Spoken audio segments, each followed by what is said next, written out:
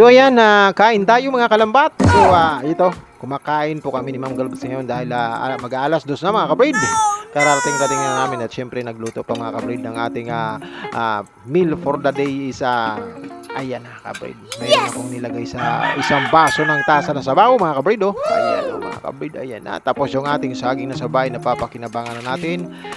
Yung supposedly sinigang naging nilaga dahil pagtingin namin may mga hinog ng saging na sabaw mga kabrid. So ginawa na naming nilaga. So maraming gulay ang hinalo namin dahil bumili kami ng gulay and then nangurot pa ako doon sa sa aking munting gulayan doon sa baba. So nadagdagan ng kahit paano kaya napadami ang ating gulay mga kabrid. So ayan nilagang baboy mga kabrid. Ang nilagang ano ba yung tawag din sa sa pork mga kabrid. So boiled pork mga kabrid, soup pork, and then kung ano yung tawag nila dito sa English mga kabrid. So tara, samahan niyo ako, kinagat na mga kabrid. Kinagat pa mga kabrid. So tara, let's go. Samahan niyo ako sa pang-araw-araw nating paglalathala ng premiere videos gamit ang kung ano-ano ating karanasan sa buhay at pang-araw-araw na pangyayari mga kabrid. So tara. Pero bago ang lahat mga kabrid, mag-intro muna tayo mga kabrid.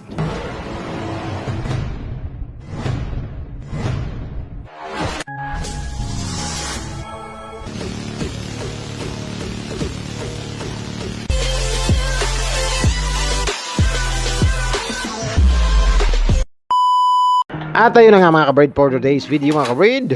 For today's video mga kabrid, cooking na naman tayo. Cooking na naman ang nakita natin at availability sa ating buhay mga kabrid ng pagbablog. Ito, samahan niyo ako. Magluto po tayo ng nilagang pork mga kabrid. Soup pork, pork soup, tsaka nilagang baboy, tsaka baboy na nilagang mga kabrid. So yan mga kabrid.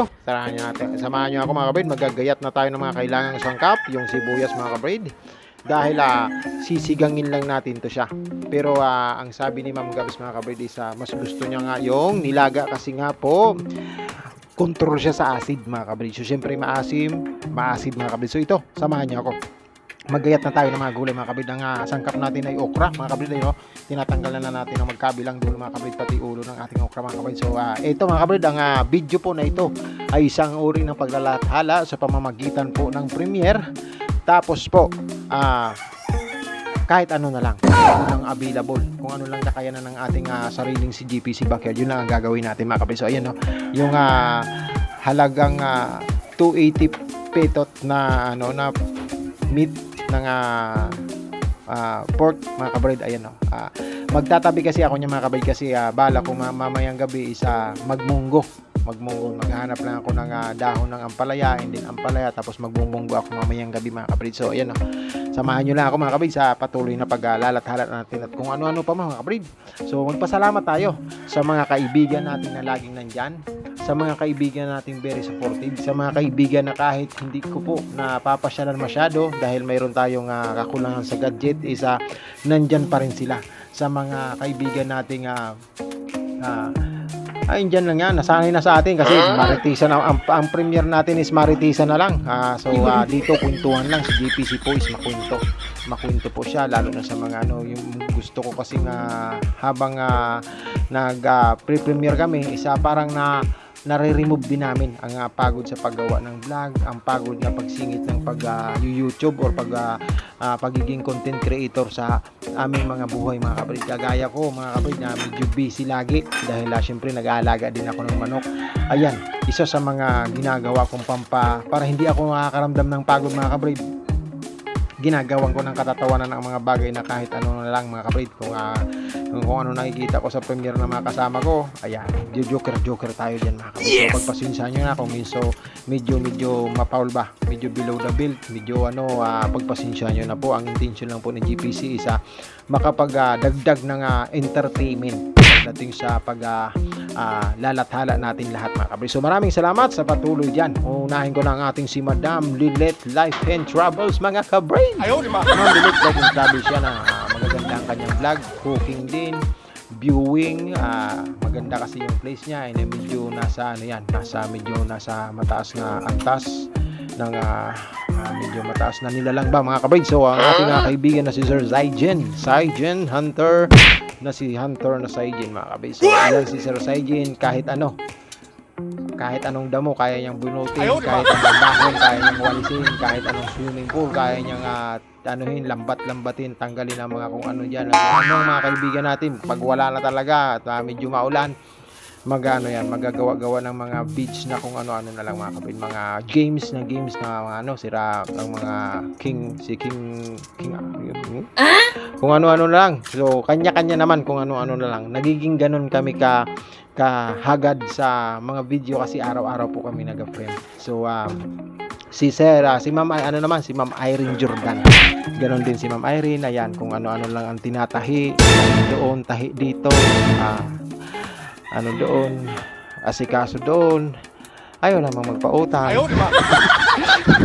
Ma'am Irene Jordan, maraming thank you sa pagiging very supportive mo, and then pinipilit na nagbibigay din naman kami ng laan ng oras para sa ating mga members. Maraming salamat sa iyo, Ma'am Irene Jordan. At siyempre si Sir Dennis. Dennis Vlogs, mga ka-braid. Ayan napakabait, napakasipag, and then all the way magaling magluto. Maganda kung maglathala ang taong ito dahil talagang kayang-kaya niya ang mga bagay-bagay kahit na medyo multitasker na nila lang.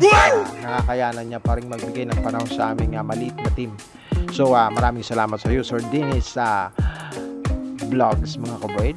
Sa kanya din po yung Lang Titos TV, and then yung kanyang Dean's Kitchen, mga ka-braid. Tapos yung kanyang Zuzar Glenny, si Master, mga kapatid. So siyempre si Ma'am Zeros HK. Yan si Ma'am Zeros, kahit napakasimple lang ng gagawin niyang vlog, maganda yan magkwento.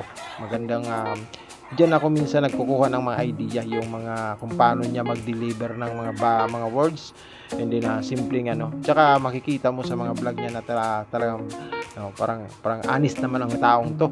Kung ano lang talaga yan dyan, yan lang talaga ang binablog niya, mga kapatid. So siyempre maraming thank you sa iyo, Madam Zeros HK. Zeros HK, ang aming sorry pero sandok ba ang aming sandok, mga kabray. So yan maraming thank you sa ating mga kaibigan na si Sir Nelson Mix Vlog. Maraming salamat sa iyo, sir. Ang ating si Madam Winnie De Leon, mga kabray, gabi-gabi po nag-screencasting yan, kung ano-anong screencasting na pwede, kaya makita mo yung kanyang white ay napaka-healthy, mga kabray. So ayan maraming salamat, Ma'am Winnie De Leon. Sa ating sino pa ba yung Sir Toneba Mix Vlog, aka Sir Tony, mga kabrid. Ayan, napakasipag na nila lang. Natatambayan ko yan sa umaga, and then isa rin yan sa mga nagbibigay sa akin ng mga idea para sa tingin kong ikaunlad ng vlogging ko. So yung idea na ginagawa niya, so parang kailangang ma-adapt ko kasi napakaganda niya maglathala. Medyo prangka tapos medyo prangka, mga kabid. So maraming salamat, Sir Toneba Mix Vlog. Maraming tayo. Ayun kikita nyo, mga kabid, may mga hinog na pong umuusli, mga kabid. So kailangan dukot-dukotin na natin yan. Hindi naman sana kami ninilaga at sisinigang kami.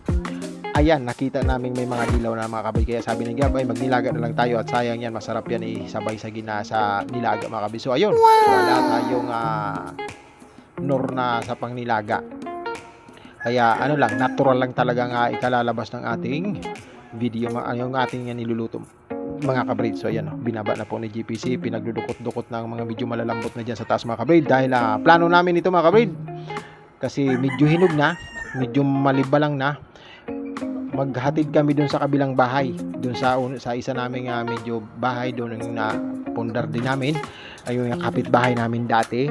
Maghatid-hatid kami. So yun, isa, dalawa, tatlong bahay yung hatira namin. So tagi-isang gipad sila, tagi-isang sapad sila, mga kabrid. Sabi sa akin ni Ma'am Gabs, maghatid na tayo niyan. At nakapunta dito yung isa nating kaibigan, isa naming kapitbahay doon sa namin, sa isang naikwento doon sa mga kapitbahay na marami akong saging doon. So siyempre pagdating ko doon, dahil nagmamasyal-masyal naman tayo doon sa kabila, ang sabi sa akin, marami ka daw saging, baka naman. So ayan, nabaka na naman tayo. So ayan dahil siyempre sobra-sobra naman sa aming dalawa yan, magkanda bukol-bukol naman kami niya sa sobrang dami ng saging. Kaya mag-share tayo ng blessing, mga kabrid.